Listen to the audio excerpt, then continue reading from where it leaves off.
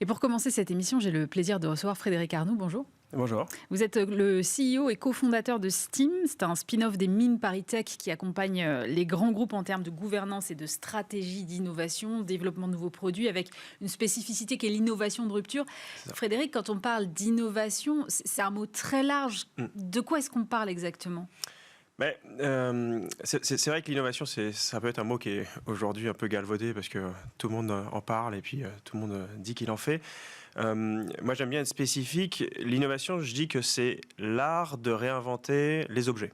Donc, en gros, c'est l'art de réinventer un produit ou un service. C'est-à-dire le faire différemment de ce qu'il est aujourd'hui. Voilà. Et donc, on peut parler en fait derrière de degrés de nouveauté. À quel point il est nouveau. On peut faire l'innovation qui est, par exemple, incrémentale, petit degré de nouveauté. D'accord. J'améliore ma voiture, voilà. Ou l'innovation qui est plus disruptive, de rupture. Enfin, il y a plein de mots pour parler de ça. Maintenant, le grand public le connaît bien avec l'ubérisation. Et là, on va parler de grands degrés de nouveauté. Et c'est ça qui va être intéressant quand on parle d'innovation.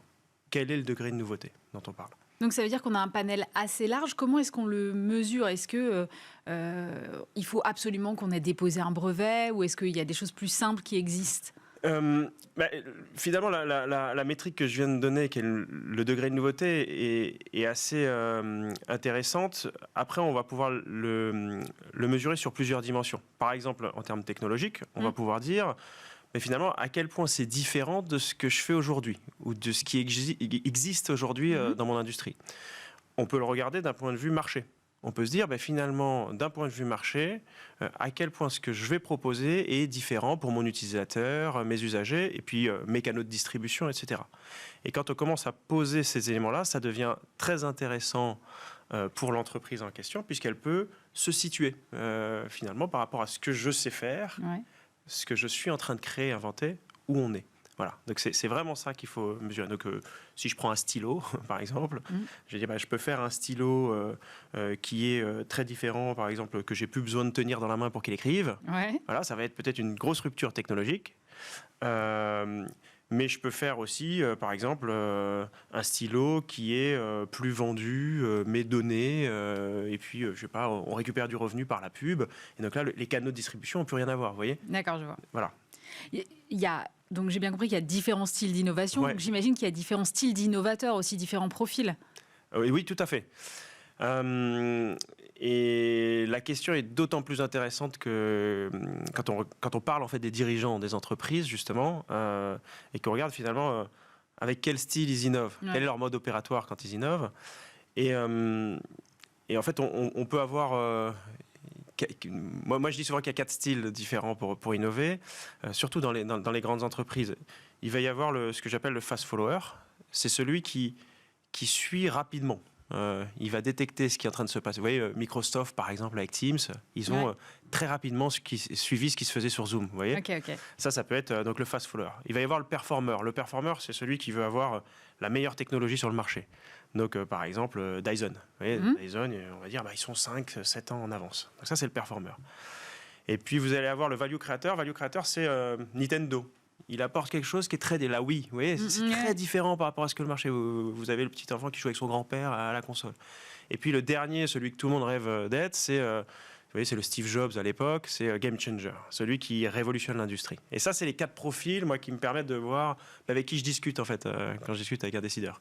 Vous me parlez plutôt de grands groupes. Qui est-ce qui porte l'innovation aujourd'hui ? Plutôt les grands groupes, les startups, les PME ou la recherche publique ? Alors, ça, c'est la fameuse question. Et effectivement, on se pose toujours la question entre la start-up ou le grand groupe, notamment. C'est souvent ça la question qui est posée. C'est un peu tout ce monde-là, mais ils vivent pas. Enfin, ce qui est plutôt important, c'est qu'ils vivent pas l'innovation au même stade de maturité. La start-up, elle est l'innovation en tant que telle, elle le porte. Même si elle peut avoir les différents profils dont j'ai parlé. On peut avoir une start-up game changer ou une start-up qui est fast follower. On peut avoir une start-up qui arrive, qui suit ce qui se faisait déjà ou qui révolutionne une industrie. Tesla ou, je sais pas, une start-up qui, dans la distribution alimentaire, suit ce qui existait déjà. Et c'est la même chose dans le grand groupe. Vous pouvez avoir un Apple comme un Samsung, vous voyez, et les deux, en fait, peuvent porter l'innovation. Donc, pour moi, ce qui est important, c'est pas tant de mettre la taille de l'entreprise pour faire la catégorie dont vous parlez là. C'est-à-dire, c'est pas tant est-ce que je suis petit donc je peux innover parce que je suis très agile ou est-ce que je suis grand, puisqu'on a des contre-exemples dans les deux. C'est plutôt quelle est l'intention des décideurs.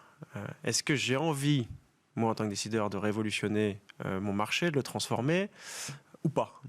Et je peux avoir envie de le faire en étant une PME ou en étant un grand groupe ou en créant une boîte. Vous voyez, c'est ça, c'est l'intention de départ. C'est ça qui est important. C'est une question d'intention ou de culture de boîte ?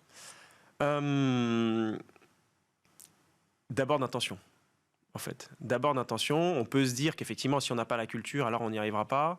Mais faut pas mettre la charrue avant les bœufs. D'abord, c'est une intention. Après, la culture, si on a envie de la transformer, c'est pas simple, mais on peut. Voilà, on peut. Si on a envie de se dire, en fait, on a envie d'augmenter notre degré d'innovation, on peut. Mais il faut avoir une intention forte. Voilà, si on n'avait pas forcément la culture. Et voilà. Merci Frédéric pour ces premiers éléments d'explication. Vous restez avec nous à poursuivre cette discussion avec nos deux autres invités dans un instant.